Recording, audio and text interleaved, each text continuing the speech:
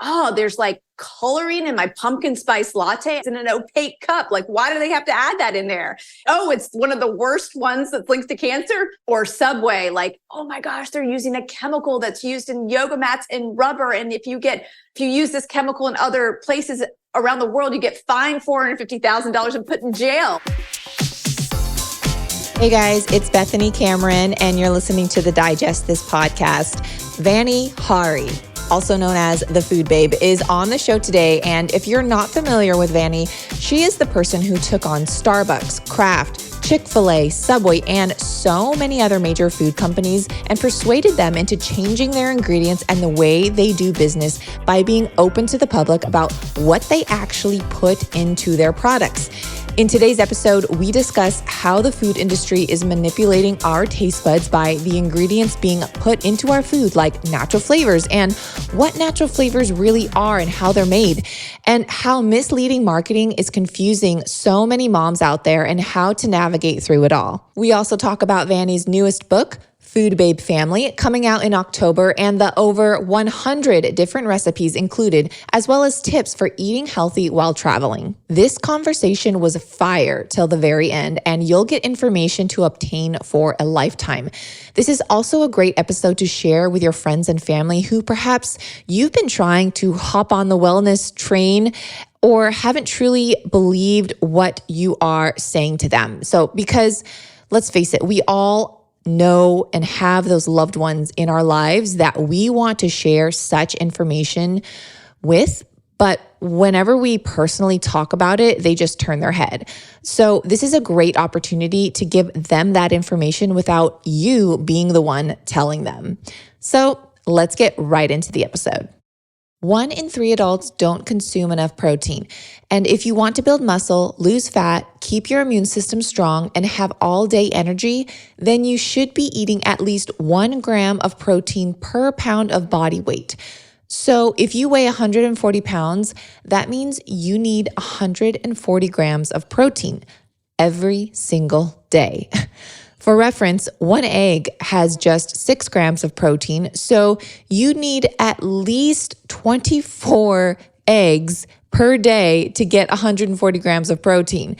And if you're a senior, you need up to 50% more than that. That's because as we age, our bodies require more protein to preserve muscle mass, keep us healthy, reduce recovery time from illness, and improve overall quality of life.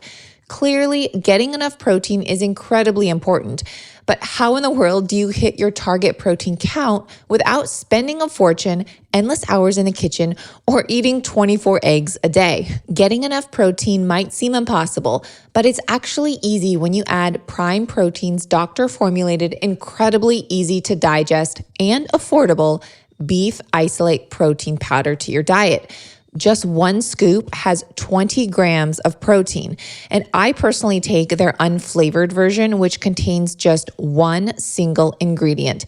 No stevia, no flavorings, or anything else added. Plus, Equip Foods Prime Protein is incredibly affordable to help you hit your complete protein needs for less than $2 a day. Tell me the last time you bought grass-fed steak for $2. Probably never.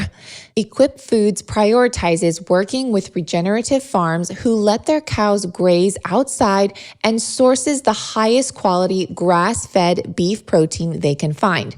And while they trust their partners completely, they still do independent, routine quality and contaminant testing to make sure their protein is free of harmful amounts of heavy metals and toxins like glyphosate. The way Prime Protein is processed is the same way that bone broth is made, using low and slow heating to preserve the nutrition without any chemicals. The end result is the purest beef protein powder you'll ever find, and each scoop has the same nutrient profile as a 4-ounce steak. So if you're following a carnivore, keto, or paleo diet and you're looking for something to add to your smoothies, shakes, dips, soups, and baking, then you'll love Prime Protein. It's easy on the gut and contains all 9 essential amino acids plus additional amino acids. There's over 2,000 5-star reviews, and I'm just one of of them. But the best part is that it comes with a 100% happiness guarantee. So if you don't love it after 30 days, return it for a full refund, no questions asked. And you guys know I have a discount for you. So if you go to equipfoods.com/digest and use code DIGEST, you'll get 20% off. Again, go to equipfoods.com/digest and use code DIGEST. That's equipfoods.com/digest and use code DIGEST to get a whopping 20% off. If you're not subscribed to my newsletters, they come out every Friday and they're called Friday Finds. This is information that only my subscribers get in their inbox. I share stuff like non-toxic air fryers and kitchen appliances, new food finds, product recalls, food news, and food products that aren't even on the market yet, but I've got the scoop. This is not published anywhere else and cannot be found on my blog. So be sure you're in the know and subscribe to my weekly newsletters by going to littlesipper.com/subscribe and enter your email. That's all you have to do. So go to LILSIPPER.com/subscribe to get exclusive information on everything food. Welcome to the show, Vani. Thank you so much for having me, Bethany. It's been a long time in the making. It has, yes. And I have so many questions, and I know my followers do as well. And we're going to dive into all the different food ingredients and things that you're doing online. But for those that, I'm sure everyone does know who you are, but for those that don't know, you are just this mega, I don't even want to say influencer, but you have influenced mega corporations like Starbucks and Chick-fil-A, and for them to really change the way that they do business. And I'm sure everyone probably knows that, but give us a little bit of insight in how did you get to where you were today, and who was Food Babe before Food Babe existed, and what was that pivotal point that led you to be like, wow, I think I need to change my diet. I think I need to look into ingredients. Yeah, totally. So I grew up with two immigrant Indian parents. And when they got to the United States, they wanted to raise us like Americans. They're like, if we're going to be in America, we're going to eat like Americans. And so I was allowed to eat whatever fast food was available at a dime, like a drop of a hat. So like, for example, if I didn't want to eat what my mother was cooking, I literally would call my dad and he would just like pick up Wendy's, McDonald's, Burger King, whatever. And the most important thing to him and my mother was that we were actually eating, because they grew up in a culture of poverty, right? Like when food wasn't readily available, it was harder to make because you had to make everything from scratch. And to have this food that was fast and available and really cheap, it was like this, it was like one of the benefits of being in America. And so both my parents were working parents. And so they loved the idea of the fact that this food was available. And when I was growing up, I remember just wanting to like fit in so bad because I was one of the only Indian children like in my school and in my neighborhood. And, I would just like beg my mom for these things that I would see at my friend's house. And she didn't know how to make them. I mean, she was still making homemade from scratch Indian food every night for herself and for my dad. And so she would go to the grocery store and use the Betty Crocker or the Hamburger Helper or like whatever she could in terms of a packaged processed good to replicate what the American dishes were. And I just remember our Thanksgivings were literally every packaged processed Thanksgiving thing that you could even imagine, the cranberry sauce in a can, the stovetop stuffing, all of that, even the biscuits out of a can, nothing was made from scratch. And so even though she knew how to cook beautiful medicinal quality food, like using all these medicinal spices, I was eating very, very processed. And as a result, I had eczema, asthma, allergies, and I never felt well. I felt like like a zombie for most of my life. It was really hard for me to get up out of bed every day to go to school. I remember being at school and just not being able to focus and just not being a good student because I was just, I was like, I just couldn't like get my brain together or wrapped around what was going on. And I remember just being completely addicted to candy when I was little. My parents didn't require me to brush my teeth either. They didn't really have a lot of these kind of knowledgeable practices, I guess, back in India. You were just trying to survive there. And my parents, when they came to America, they were just trying to survive. And so like brushing my teeth wasn't important. So like all of these health habits that I have today that are so important, like I would never go a day without brushing my teeth. Right. I just didn't follow back then at all. And so I was in and out of the dentist's office. I remember having like every tooth pulled out, and it wasn't just not the brushing. I think it was actually the food I was eating. I think I would have been fine if I was eating good food, but because of the food I was eating, I mean, it was awful. Now you look at my teeth and you're like, how do you have such nice teeth? Well, fast forward to my early 20s where I hit rock bottom. I just had graduated college. I got this fancy job working for a big consulting firm, and they were putting me on the road and like giving me this expense account. And I was traveling all over the United States and working with these really high level executives and people with big expense accounts. So like they would take us to Morton's and Ruth's Chris, and we would have these 5-course meals. And then every breakfast, lunch, and dinner were catered in. And so you would just be expected to work through these meals so that you would bill more hours to the client. And I found myself in this situation again where I wanted to fit in and I wanted to do well in my job. I've always been, somewhat ambitious in my brain. Like, I want to do well in life. And it's probably part of my upbringing too, because my parents, again, put a lot of emphasis on studies and being successful, being Indian parents. If anybody has immigrant parents, they're kind of like, I feel like they're very hard on you. And so I wanted to fit in, and I found myself all of a sudden gaining a lot of weight, felt very sick, and I ended up in the hospital with appendicitis. And that's when I really hit rock bottom, because I was in my early 20s. I was feeling awful about myself. I was depressed.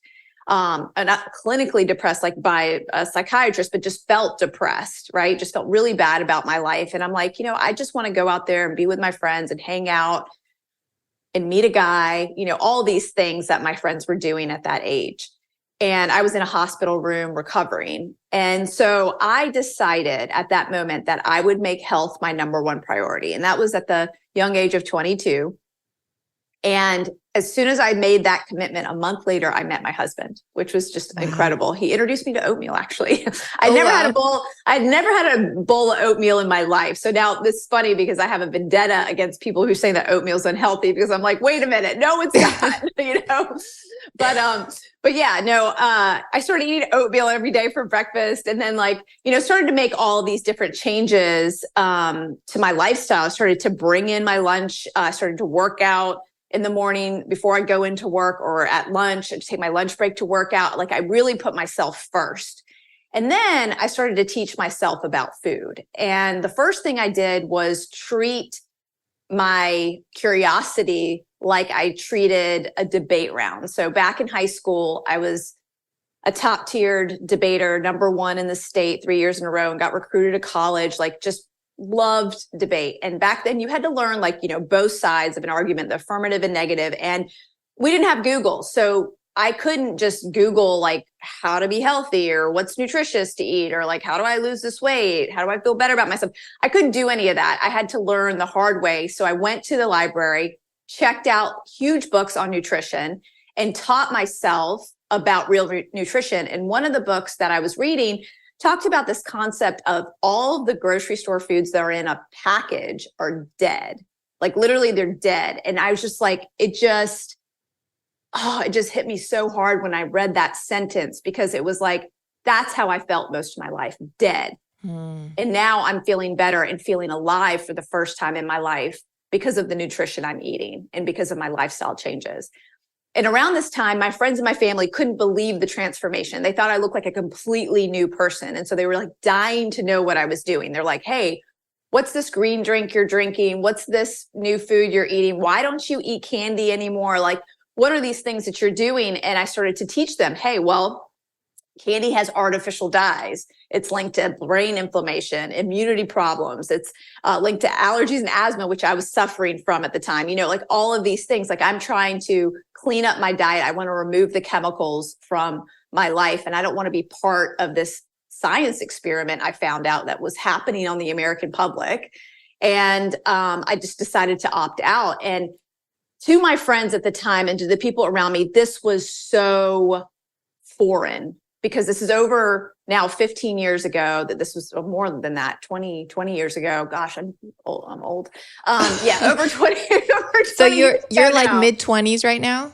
Not today, but I mean, back when you were. Yeah, 22. So, 22 to 27 is kind of like that 5-year period. I didn't start Food Babe until I was like 32. So during that time, it was like a 10-year period almost. Yeah, 22 to 32. I was, discovering how to eat healthy and figure this out. And I remember still having this like high-paced, crazy job, traveling all over the world.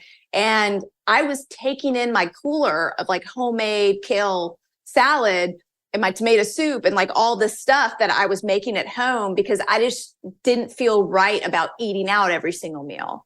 And so the people around me at work were like, what is this girl up to? Like, she's just weird. Like, she's a health freak. Like, I don't even know what's going on. But then I became friends with everybody, and they saw that I was actually cool and not like a weirdo. And they wanted to be friends with me. And so they invited me out to eat. And then I would ask the server about MSG in the soup, and they'd be like, oh, what is she saying about this? Like, she's kind of difficult to go eat out with. But I really tried not to be, because again, I'm like trying to fit in. I'm trying to, advance my career and do all this stuff. Well, then finally around that time, I remember I was traveling to Detroit every single week. And I found that Detroit, Michigan was such a beautiful place for me to learn, because there was all of these amazing old school vegan organic cafes that really took health as being number one priority in their life. Like the people that I was meeting that worked there, or the people that frequented there, and I would see them every single week when I would go and eat there, and I would order like 3 or 4 more dishes and take it back to the office and stick it in the office refrigerator so that I could eat that instead of like what was available at the food court, like Subway or whatever. And so I was doing all of these things. And then I was just like, I remember I was sitting next to this girl, and she was having trouble sleeping, and she had all of these health issues, and she just started kind of copying what I was doing. And all of a sudden her life changed. I mean, it was going from like dark to light. And I just said, I got to share this with more people. Like, look at what has happened to Rachel. Like, this is incredible. And so you didn't want to share what you were doing at the time? You didn't really want to I was working like crazy hours. I was traveling, and I was just teaching people around me, but I wasn't doing anything. And so then I decided to start Food Babe. And the way I started it, I gave up TV for Lent. I'm not Catholic, but I gave up TV for Lent. And so suddenly I had all this time in the afternoon, when I get home from work, when I'd normally turn on whatever show was popular. And I started to write. And that's how I started my first couple blog posts. And I remember wanting to call the blog eathealthyliveforever.com. And I remember telling my husband, who's like, just like the technical whiz in the family, I asked him, I said, hey, can you register this name? And he's like, that's a terrible name. No one's going to know, like, no one's going to remember that. Like, if you tell someone to go to your blog. And I'm like, oh, and I didn't know much about blogs back then. I think there was like one blog back then. It was like Goop or something, it was just like, there wasn't very many back then. And so anyways, I was like, okay, we'll come up with a better name, and he found Food Babe on auction for $10. And I think it was some kind of other site before, if you know what I mean. Okay. But he found it for $10. And that's when we named it Food Babe. And I was like, okay, well, I'll teach people how to be a food babe. And for the first year and a half of the blog, I never had my photo on the cover of the blog. You didn't know really who Food Babe was unless it was like one of my friends or my close colleagues. And I would just sign every blog post Food Babe. And it was my way of kind of like, it was like my alter ego in a way of like kind of protecting the fact that I was still working in the corporate world. I wanted to save face there, but I also wanted to pursue this passion of like sharing what I was learning and how it was helping so many people. And then that's when I started realizing that everything I had been told about what was healthy in this world was like wrong. And so I started to share specific companies that I was frequenting, like Chick-fil-A, like Subway, like Chipotle, like Starbucks, and how I was duped by these companies saying that I was eating healthier than I should. And I was releasing the ingredients in these products on a wide scale for the first time in history, to the point where people were seeing, oh my gosh, there's 100 ingredients in a Chick-fil-A chicken sandwich. One of the first ones is MSG. Like, oh my gosh. Or, oh, there's like coloring in my pumpkin spice latte. I cannot believe that there's coloring in my pumpkin spice latte. It's in an opaque cup. Like, why do they have to add that in there? Yeah. And oh, it's one of the worst ones that's linked to cancer. Geez, or Subway, like, oh my gosh, they're using a chemical that's used in yoga mats and rubber. And if you use this chemical in other places around the world, you get fined $450,000 and put in jail. Like that's the stuff that I was exposing to the first time on a blog, really. And the blogs were going viral. It was so insane. Like at first it was just like my friends and my family and my mom, but then they started sharing and they started sharing and their friends started sharing, and it just took off, and it was incredible to watch. And I saw the traffic come in, and I was just like, oh my gosh, people are reading this. This is fantastic, right? And that's when I decided I think when Chick-fil-A called me and invited me to their headquarters to consult with them, like now I wasn't consulting with big banking institutions, I was consulting with fast food giants and getting invited to their headquarters. I was like, okay, my calling is not staying in the banking institutions. It's really changing the food system.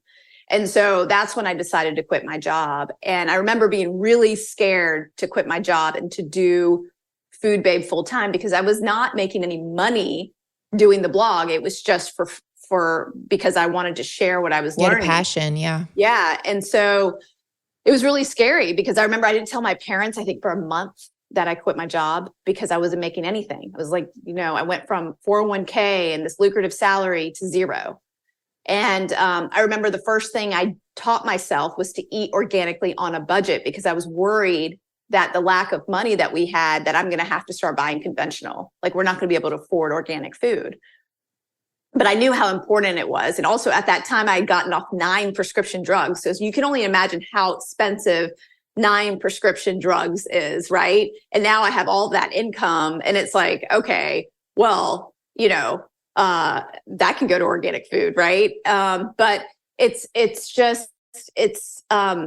it was that moment that I finally quit my job, that I actually was able to follow through with some of these large corporations and get them to actually change. One of the first companies I took on was Kraft Macaroni and Cheese. They were serving mac and cheese to kids overseas without artificial dyes, because in Europe, it requires a safety warning label if you use an artificial dye that says may cause adverse effects on activity and attention in children. So Kraft decided, hey, we're not going to put this warning label on our product overseas. Instead, we're going to remove yellow 5 and yellow 6, and we're going to add paprika and beta carotene.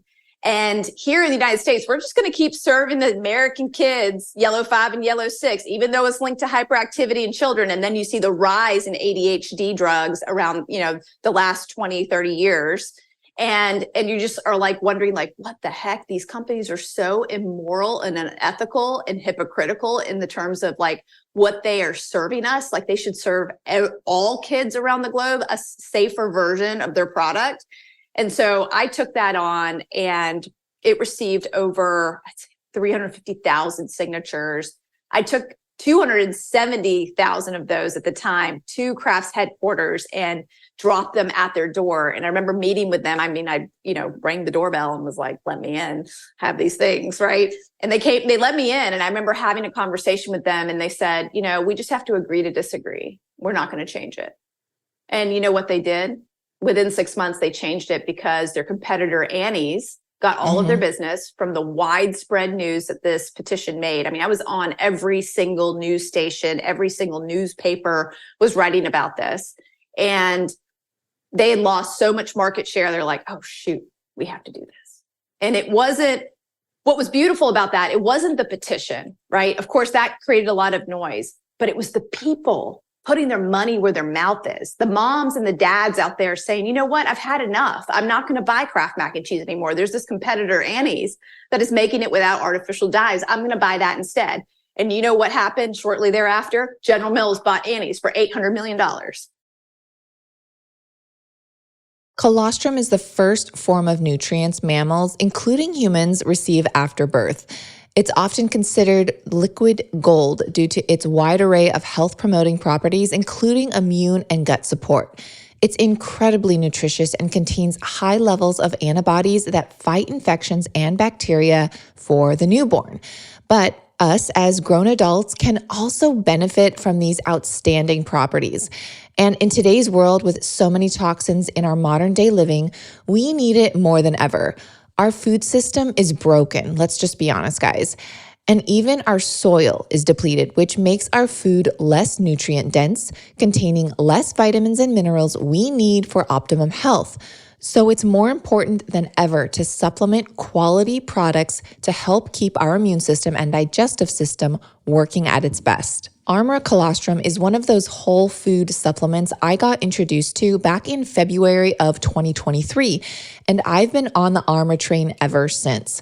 I know a lot of people are talking about colostrum and how it has even been proven to be 3 times more effective at preventing the flu than the flu vaccine itself, without any side effects that come with vaccines. Colostrum has also been clinically shown to help guard against inflammation and everyday toxins and pollutants. There are over 5,000 published studies to date documenting the benefits of colostrum and its ability to optimize health at all stages of life.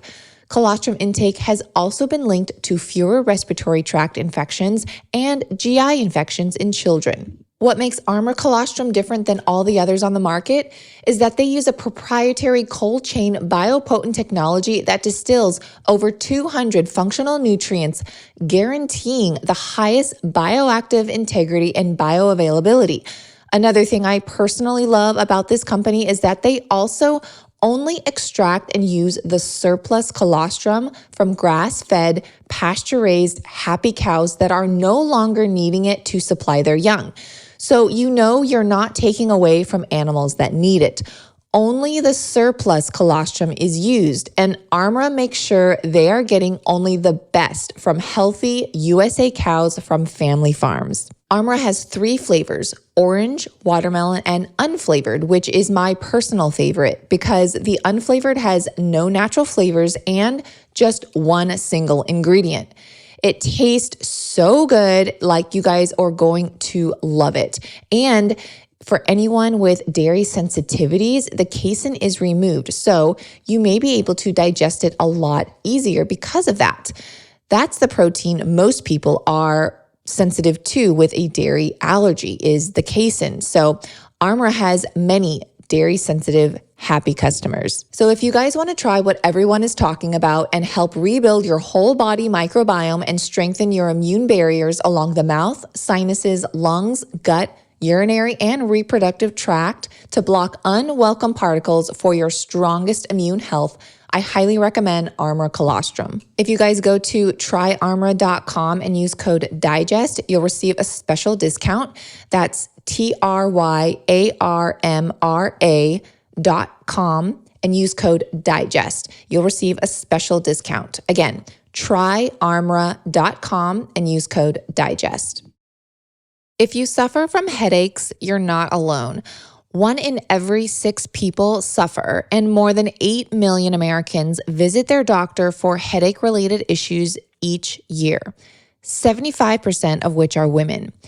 Of course, women go through more hormonal changes each month, and their moods fluctuate, which can cause migraines to the point of many unable to even function, let alone work or be the mother or wife they typically are on a daily basis. We need help. But the side effects from NSAIDs like Advil or other over-the-counter anti-inflammatories sometimes aren't worth it. But did you know that CBD has been shown time and time again, study after study, to be one of the best natural anti-inflammatories available? And no prescription is required. Ned is a brand I've been personally consuming for over 2 years, and one of their newer products is their Brain Blend.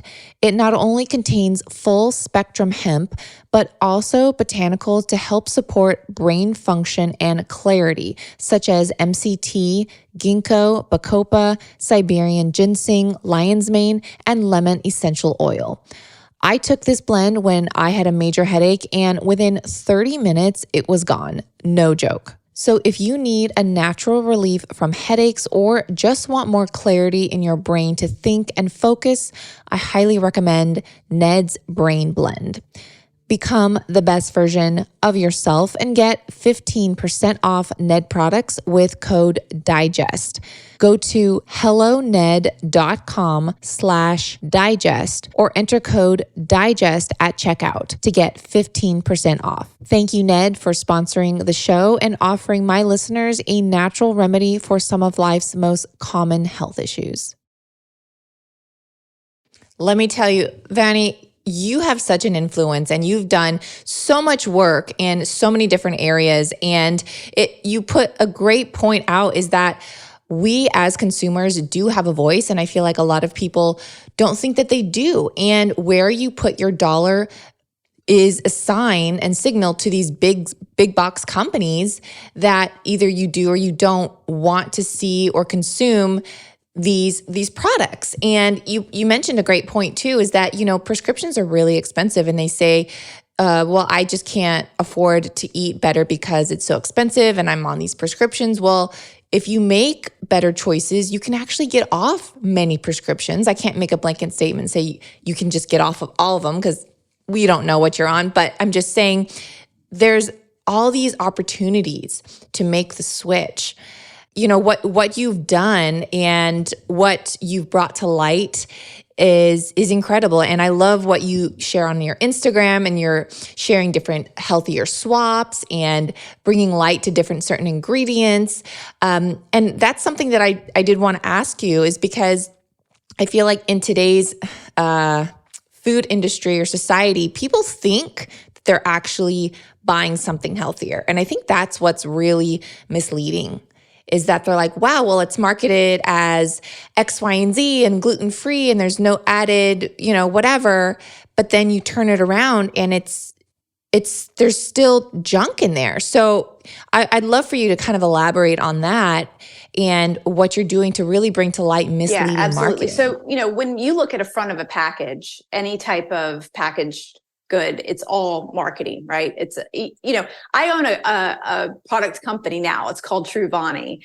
And I started it because I wanted to reinvent the supplement world. I felt like there was too many additives hidden in supplements, whether it was a pill that you were taking and you were taking that every single day. There were so many unnecessary ingredients they were putting in that, or a protein powder that has gums or natural flavors or artificial flavors or different sweeteners that are problematic. And so I wanted to create a company that was the cleanest possible. And so when I think of the marketing that's on the front of the package, I laugh a little bit because it's all marketing. And even us at Vani, we'll say only 5 ingredients in our vanilla. And that is actually, I think, one of the truest forms of marketing, because I feel like, I'm saying that there's only 5 ingredients, and that actually triggers the customer to say, well, what 5 ingredients is there? So they turn over the package and they look at the ingredients and they read them, right? It triggers them to do something to actually help them understand what's in a product. Whereas if you see products out there, especially ones that are geared towards kids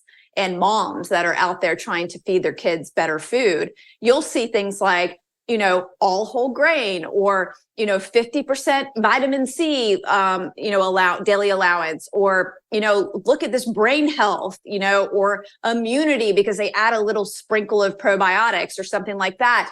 And so the most important thing I think people need to recognize is the ingredients. And so you'll see one of the only marketing things we'll use on True Vani packages is the ingredients, because I believe that's the only thing that really matters is the ingredients, like not all the things that you add to a product. Because, here's the thing, orange juice at the end of the day is just pure sugar. It's going to wreck your blood sugar. It's going to spike your kids', activity level really fast, and they're going to come crashing down and they're going to turn into a tantrum.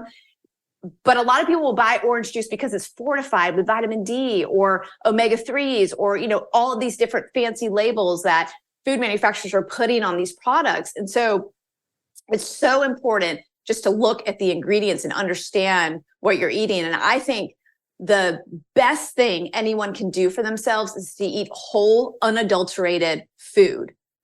And as much raw as possible. This is actually something that I talked about in my first book, Food Babe Way, where I said, 50% of your diet a day should be raw, at least raw. Like a raw, and you should be eating something raw at every meal. And it's not very hard to do that. You eat an apple with your breakfast, that's raw. At lunch, you have some lettuce on your sandwich, that's raw. Then at dinner, you might have, some pumpkin seeds sprinkled on your food, that's raw. So there's so many opportunities to eat something raw, unadulterated, where someone hasn't processed it. Someone hasn't put plasticizers all over it. Someone hasn't taken it and denatured it. When I think of cooking oils and how so many cooking oils that are used in restaurants and processed foods are so denatured. I mean, first of all, they're extracted with hexane. Hexane is a very carcinogenic gas that the FDA doesn't even regulate in terms of what residues are still in food and still in the oil after it's produced. And so that's very concerning. And then the way it's denatured to extract it from either corn, soy, or canola, it's completely rancid to the body. Your body can't really process it very well. Your liver doesn't like it. And this is one of the reasons why we see such an uptake in so many different modern diseases here in America and around the world are because of some of these oils. Yeah. And they're even being reused in restaurants too, which is on top of that, Yeah. And you're like, oh my gosh, how long has this really been in the deep fryer here? And speaking of ingredients though, I would love for you to really talk about natural flavors, because I feel like a lot of people are still not aware that these natural flavors aren't actually what they appear to be. You could have all these sub-ingredients in a natural flavor, and it could be even MSG can be in them, correct? Yeah, absolutely. So the term natural flavor can mean thousands of chemicals behind that one term, because the FDA does not require food manufacturers to list all of the chemicals that are behind the natural flavor label. And so natural flavor can mean just about anything under the sun, manipulated in a laboratory, created a chemical out of something that starts, yes, in nature, but then it's manipulated so many different times. I mean, it's almost like those rancid oils, right? Corn oil starts in nature, right? In a way, it starts from corn, right? Corn can be healthy, right? If it's non-GMO, it's organic, you can have a little bit of corn in your diet. But as soon as you start to denature it, that's when it becomes a problem. The same thing goes in natural flavors. And so then the chemists are the same chemists that a lot of them are the same scientists, and they're using the same science that they used to create addiction in tobacco. They're using that same science to create addiction in food. And the way they're doing it is through these flavors, because there's so many different chemical compounds they can use and disguise under this name, natural flavor, that they won't get called out for it. Nobody will know that they're using it. And it's those chemicals that literally trigger your brain to literally turn on a light bulb to say, oh my gosh, this flavor is so amazing. It's so delicious. And it's going to taste like this all the time. And it's going to be so good. And I can go back to this packaged product and it's going to be so delicious. And I'm going to go eat it all the time. And it basically hijacks your taste buds in your brain and your mouth. And then it makes you eat more than you should. And then it also creates that irresistibility, but it also creates that remembrance. And that remembrance is what keeps you coming back for more, because you remember what a Dorito tastes like. You remember what McDonald's tastes like and how it's different from Burger King. You remember exactly what's going on there. And when you think about those products, your mouth starts to water. And so you wonder like, whoa, what chemicals are they putting in this food that's making my brain think about this product, my mouth start to water? And when I think about a food that I made last week in my kitchen, my mouth doesn't water the same. It just doesn't. Yeah. And it's because I'm not using any of those chemical compounds. So we're part of this like huge experiment right now, because now natural flavor is probably the most popular ingredient in the grocery store right now. It's in everything, if not corn or soy. Yeah. I think it's the top 4 behind like water, sugar, and salt or something. Oh, wow. Wow. Yeah. Okay. Yeah. That's cool that you know that. Yeah, that's awesome. So natural flavor, is something now that you have to avoid even when you buy USDA certified organic food. And it's one of the things that they add. And this is one of the things that just killed me earlier in my career. You know, the one thing in my refrigerator I didn't know the ingredients was beer. It was the beer that my husband was putting in the fridge every single week. And I was like, how come I can't read the ingredients on this beer? Like, what is in this beer? And knowing everything I knew about the food industry, I knew that they were doing something to beer, right? There had to have been some crazy messed up stuff they're doing to beer too, because that's a big industry. And so I decided to start a petition and require beer manufacturers to list the ingredients in their beer. And I pitted Anheuser-Busch and Miller Coors, they're 2 separate companies at the time, against each other, because I wanted to see which one came first, right? Like they wanted to see, oh no, like she's waiting to, like basically I was like, okay, who's it going to be? We know more about what's in Windex and Coca-Cola than we do beer. Are you guys going to do the right thing? Well, within 2 days of launching that petition and 50,000 signatures later, Anheuser-Busch calls me and they said, we're going to do it. And we're going to invite your whole family to the Anheuser-Busch headquarters, and we're going to talk about this. And I was like, absolutely, you know? Amazing. And so it was the coolest thing. And guess what I found out through that investigation? And when people started releasing the ingredients in beer, of course, they're actually adding natural flavors to beer because it can make it more addictive, right? You remember that flavor, you want that beer because of that. And it's like, shoot, alcohol's already addictive. And now they're adding all of these other additives, not to mention colorings too, like caramel color level 4, the same color that they were adding to that pumpkin spice latte. It's incredible. It does truly hijack your taste buds. And when you either drink a drink or have some sort of a fruit snack, the strawberry flavor does not taste the same as a real strawberry. And then when you eat that real strawberry, it doesn't taste sweet. It doesn't really taste good. You actually want the natural, quote, natural flavored item because it's heightened. Yeah. And it reminds me of the Dorito effect. And I had the author on the podcast. And Mark's incredible. And I love his book because he really illustrates in that book that a Dorito would not be addictive without the flavoring. The flavoring is what makes it addictive and why you can't stop at one chip. If the flavoring wasn't there, you could stop. And some people argue that, oh, well, it's the sugar that's addictive. And so then the debate was, well, would you put sugar in water and drink it? And a lot of people said, well, no, because it would just taste sweet. So that you need a flavor to really enjoy that. Mm-hmm. So, I mean, that's amazing. And speaking of also like MSG, for example, it's being added to so many foods and it's been linked to obesity, liver damage, DNA damage, reproductive malfunctions. And the thing with MSG that gets me every time is when they're doing obesity studies, like in laboratories, and they're studying animals like rats, the way they get the rats fat is by adding MSG to their food. So they eat more than they should. And if it's that doesn't tell you like you shouldn't be eating it, I don't know what does. Well, and it's companies are still putting it in. That's the crazy thing. It's still it's still legal. Yeah, I was excited to hear that Popeyes, one of the fast food chains out there that makes fried chicken, I don't know what they're going to replace it with, but they said they're going to remove MSG, which was actually really cool. And I hope, one of the things that I had the discussion with the executives at Chick-fil-A, they were all for going antibiotic free and removing artificial food dyes and doing all of these things on my list that I wanted them to do. But they would not remove MSG, and they still haven't done it to this day. They're like, we cannot figure out a way to remove it and still get that flavor. And I'm like, that's why I was addicted to it for so many years, and why you have so many customers, and why so many kids like have to eat there. Like, it's insane. And it's one of the reasons why, by the way, I have Chick-fil-A copycat recipes in my new cookbook, Food Babe Family. It's coming out soon. And I have the chicken nuggets recipe in here, the waffle fries. Like, I have all of it in here because I just don't want people eating it anymore.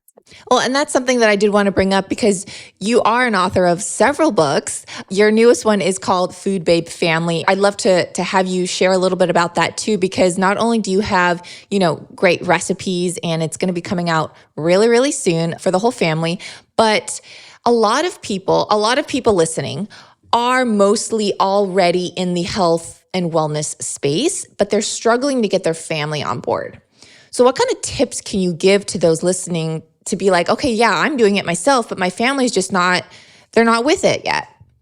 Yeah, no, I get it. So in this book, before I started writing this book, by the way, this is my 4th book, and just to have the motivation to write another book takes a lot, right? And so I went really like spiritually deep into my soul and was like, do I have it in myself to write another book? Like, this is a lot. And I was just, I had just had my son, and I was just like, okay, I've got 2 kids now. I've got this supplement company. I've got Food Babe. Like, this is a lot to take on, but I knew I had to write this book because this is how I'm raising my family. And I just thought, oh my gosh, if I don't share this, like, how will other people learn from me or even be helped by the things that I'm doing in my own life? And I just feel like I just felt like I would feel like such a failure if I left this information untold, because I feel like so many people can be inspired by at least something in this book, right? And it's really also difficult to write a book about how you raise your family without sounding judgmental, right?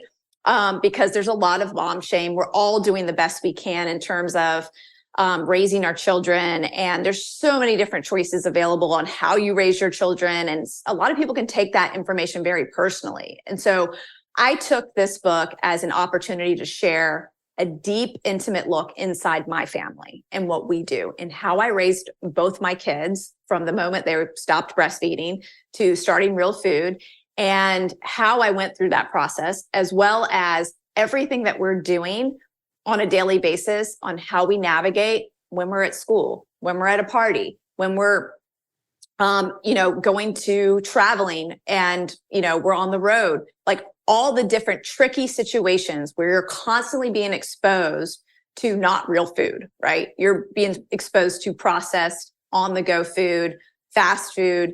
And what do you do in those circumstances? And how do you prepare your life so that you can handle these situations with ease and grace? And you're never going to be perfect, but you're going to have some strategies that are going to help alleviate some of the mom guilt that you feel when you're like, oh, I'm not making the best choice for my kids right now, but this is all we have. And like, I just got to do it. I'm just busy and You have all these reasons. And I just wanted to have those strategies and those tricks available and all written down so that people could be like, oh, that's what you do in that circumstance. Great. One of the trickiest things with having children is that first thing in the morning, they are starving. Like, literally, they are just like, give me food right now. Like, they wake up and they're like, where's the food? Where's the beef? Right. And so I have so many awesome strategies on how to have food readily available, really quick, first thing in the morning, that is fresh, that's hot, that's made with real ingredients. And one of those is just, my slow cooker oatmeal. Like, literally, it takes 30 seconds to make the night before. I stick it in my crock pot. I have this new 360 crock pot that's like stainless steel. It's awesome. So it doesn't have a ceramic base. Mm-hmm. Like, there's a lot of information coming out right now about ceramic bases leaching lead. I mean, it's not just right now. It's been happening for a long time. But I saw that post that you did, I think it was just yesterday, about slow cookers. And I was like, oh man, I need to get on this. So explain. I know. I've been late to the party too, because I thought if I just kept buying new slow cookers that weren't scratched, I would be fine and they wouldn't leach lead, but that's just not the case. So I switched to all stainless. I have a big Wolf one that's like a Mac Daddy one. And then I have a smaller one for my oatmeal and for other smaller things that I warm up. And you can put like sweet potatoes in there and things like that, which is really fun. But I just literally turn that thing on. It takes 30 seconds to add water in organic steel cut oats. I buy 1 Degree brand. I have no affiliation with them, but I buy that brand because they're glyphosate tested and they're glyphosate free. Yeah. And I think they're sprouted too. Yes, they are. And so sprouted is so important because it removes the phytic acid, which makes it more digestible. And so I make that in the morning. There's fresh hot oatmeal available in the morning. I literally just like throw berries on top real quick, or pomegranate seeds or whatever, and some ground flaxseed. I grind my flaxseed every week. And so there's always a big jar in the fridge. And my kids are eating like omega-3s, really good whole grains, really good antioxidant rich berries, first thing in the morning, and they're enjoying it. They are. And you know what? A lot of times they want something else too, but that gives me some time. Like, gives me a minute to like take a sip of my coffee, drink my lemon water in the morning, like gives me time to do a couple of these things so that I'm like, oh, okay, you want some French toast, or you want this, or you want that, or you want a smoothie too. Let me make that, or whatever. So it's just this awesome thing I've gotten the habit. I make it every day. Even if we end up not eating it, I'll like save it and put it for overnight oats or something, or I'll stick it in the fridge to make cold oats or whatever, or I'll just save it for like some other recipe or something. But like, it's just something I do. Well, and it sounds like your book is just full of, again, recipes and also tips for the entire family, which I feel like everyone needs. So everyone should go out and get this book. When does it come out? It comes out October 17th. Okay. So that's very soon, everywhere books you guys. are sold. Yeah. Everywhere books are sold. Yeah. Perfect. So either you could pre-order it, or, maybe by the time this episode comes out, it'll be available. So everyone should go and get a copy, because it sounds like this book is going to literally change lives. And I'm so happy for this newest one. Thank you. 100 new recipes, which is really great and really fun to make. And their recipes, I just want to caveat this. They're not like Julia Child recipes. Okay. They're not anything that you're going to spend a lot of time in the kitchen making. These are like fast, easy stuff that you can make for your whole family. Y'all can eat all the same food. This is not about like, oh, here's some adult recipes. Here's some kid recipes. Here's some other kind of recipes. This is like family food. Here's a breakfast that everybody's going to eat. This is a dinner that everybody's going to sit down and eat. And I have proved, because my family sits down and eats all this stuff every single day. Yeah. And so, and some of the recipes look very simple, but I wanted to share my favorite simple, fast things in those nights where, I forgot to meal prep, but I have these things in the fridge. Let me put this together. It'll take 15 minutes. Look at this recipe. It's so fast. Yeah. Totally. I wanted to have all those options available. And this is really how I cook on a daily basis. This is not for when those times where like on a Saturday and I have a couple hours to kill and I want to like get into making croissants from scratch that take 3 days to, proof. So yeah, no, I feel like everyone's in the same boat, honestly. No one is making these gourmet meals every single night of the week. And I'll say from experience, if I'm looking at a recipe and I see like 15 to 20 ingredients, I'm like, I probably won't make it. Yeah. And I love that. It's super simple. Now, I do want to ask you this question, because I feel like I want to talk about just like big food, big pharma for just a second here, because I feel like there's a lot of conflicting evidence when you see studies being published and it's like, well, stevia is good for you, or X is fine. It doesn't cause cancer or this or that. And do you feel like big food and big pharma is kind of in cahoots in a way? Oh, that's a good question. I hope they're not. Like, I really hope they're not. I think what's in cahoots is the government. The government's getting money from both parties. And so if anything is the most corrupt, it's probably the government officials that are receiving funds from these big conglomerates to continue these shady business practices and allow these chemicals to continue in our food and allow to be influenced in a way that, I want to share this one story. So red number 3 is a coloring that was banned in cosmetics back in the day. And red number 3 also was the type of red used in maraschino cherries. And the bar industry, the alcohol industry, relied on these maraschino cherries because they're so popular at bars and in their alcoholic drinks. And so they lobbied the FDA to allow red number 3 to continue in food products while being banned in cosmetics, even though red number 3 showed that it caused cancer in animal studies. Of course they did. So, wow. So like the government, I feel like, is in cahoots with both parties, right? And they're the problem. Like our system is the way our government is run is the problem. At the end of the day, this is industry, right? They're just looking to make money. They're looking to make a buck. And I learned this the hard way in so many different areas of my life. It's always comes down to money. And I'm faced with this all the time at True Vani. I'll have to tell you, like when we were developing our bar, I wanted to use ingredients that you would find in your own kitchen.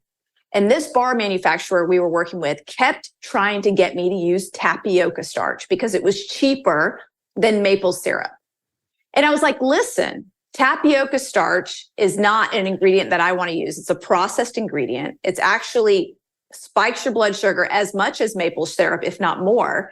And it cramps you too.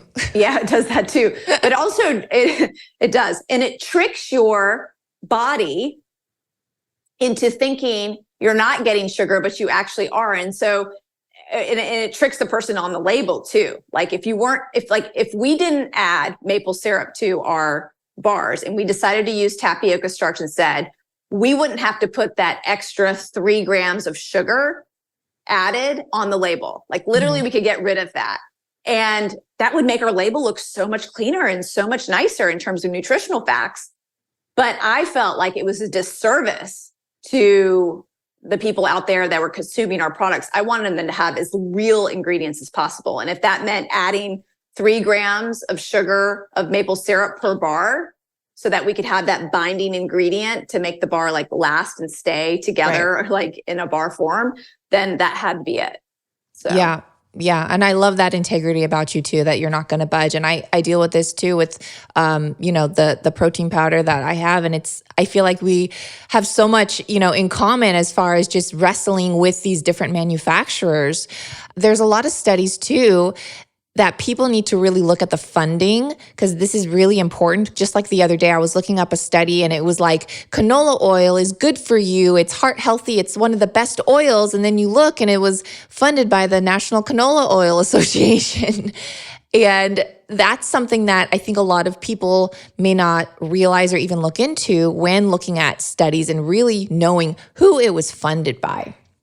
I think one of the things that really frustrates me is some of these studies that come out, and some of them are so ridiculous. Like there's one that I mentioned in my second book called Feeding You Lies that says that candy is going to help kids lose weight. And it's like this headline that's going viral. It's all over CNN and all of the different newspapers, right? And it's going around the internet. And you go and you look into it, and it's being funded by Mars, who makes like Skittles and Snickers, right? And the Candy Manufacturers Association, which is also funded by all sorts of different candy companies. And the reason I believe a lot of these studies are done in a way where the companies that are benefiting from the studies are paying for these is they want to create doubt in a user's mind when they are deciding whether to eat this product or not. They want to create confusion because everybody knows candy is bad for you, right? Like everyone knows it's unhealthy, right? So to see a headline that candy can help kids lose weight, suddenly a mom at a checkout where their kid is at the bottom of the shelf looking at all the different candies and is like tugging at their mom's skirt and saying, please, please buy these Skittles. That mom just at that moment might say, you know what, it's not that bad. If they could, I saw that headline, it's just not that bad. And it creates this like confusion in the mom's brain to the point where like, okay, fine, you can throw it in the cart. Like it's going to be fine. Right. It almost gives them an excuse. Yeah. Right. Instead of actually seeing the headline that candy, artificial flavor and artificial color is linked to cancer, right? Instead of seeing that headline, like that should be the headline that goes viral and is everywhere, right? On CNN, but it's not. And if that was the case, then the mom being tugged at might say, no, we're not eating that Skittle, right? And that's the difference between someone who knows and has taken the time to learn about ingredients. I mean, I think I'm laughing right now because I was at the grocery store earlier today with my son and he saw banana chips and he goes, Mom, banana chips. And I look at them and they have added banana flavor. And I'm like, why are they banana flavored banana chips? This is killing me, and sugar, right? And so I was like, oh, and he's 2. So I haven't been in too many circumstances where I've had to sit down and explain to him why we won't buy this, right? And I just explained to him, there's better products out there. We're not going to buy this version, but we're going to try to find a better version. It has these ingredients. And I pointed to the label and he just kind of like looked at me. But it's this situation of we are the most responsible for what we bring into our household. Like we have the greatest responsibility out of any generation that I think this generation knows the most about food than any other generation that's ever existed. And so we have the ultimate responsibility to teach our kids the truth about food. And if we don't teach them that there are good foods and bad foods, because there are, then we are failing at our jobs as parents because we have learned about the chemicals in food. And I know there's a lot of talk and chatter in the registered dietitian conglomerate, as well as people who are suffering from eating disorders about not labeling foods as good and bad.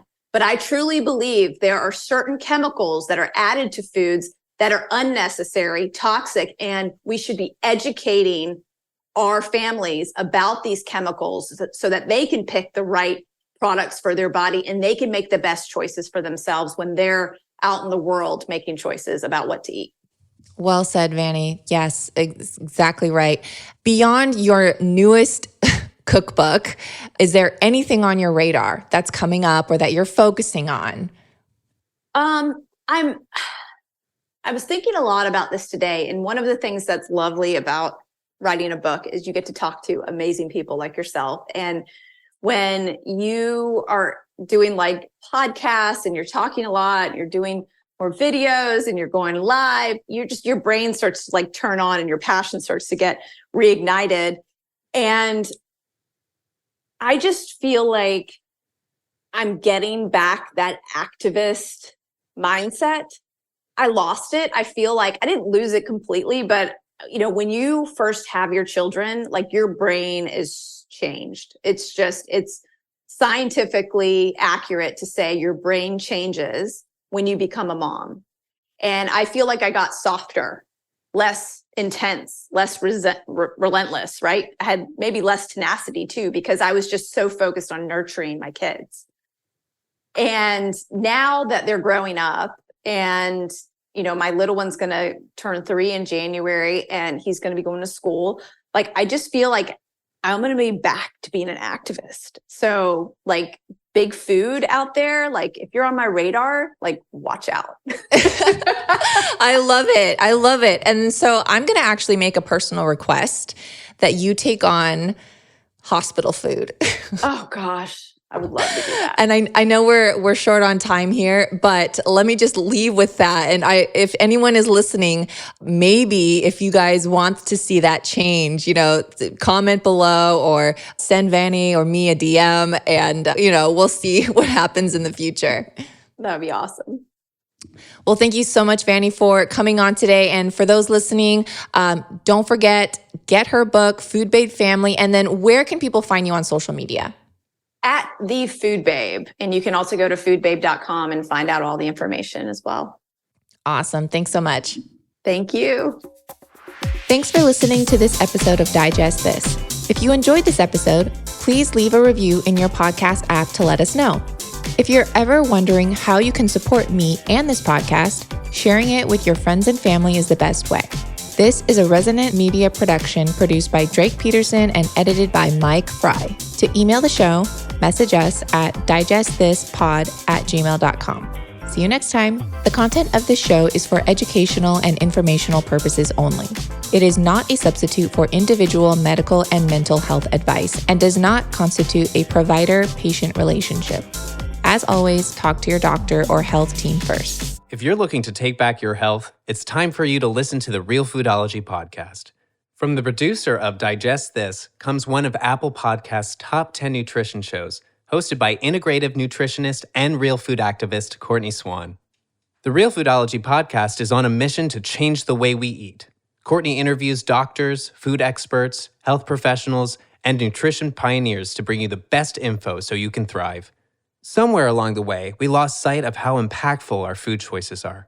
But it's never too late to start on the path of better health choices. You'd be so surprised how resilient our bodies are when we start taking care of them.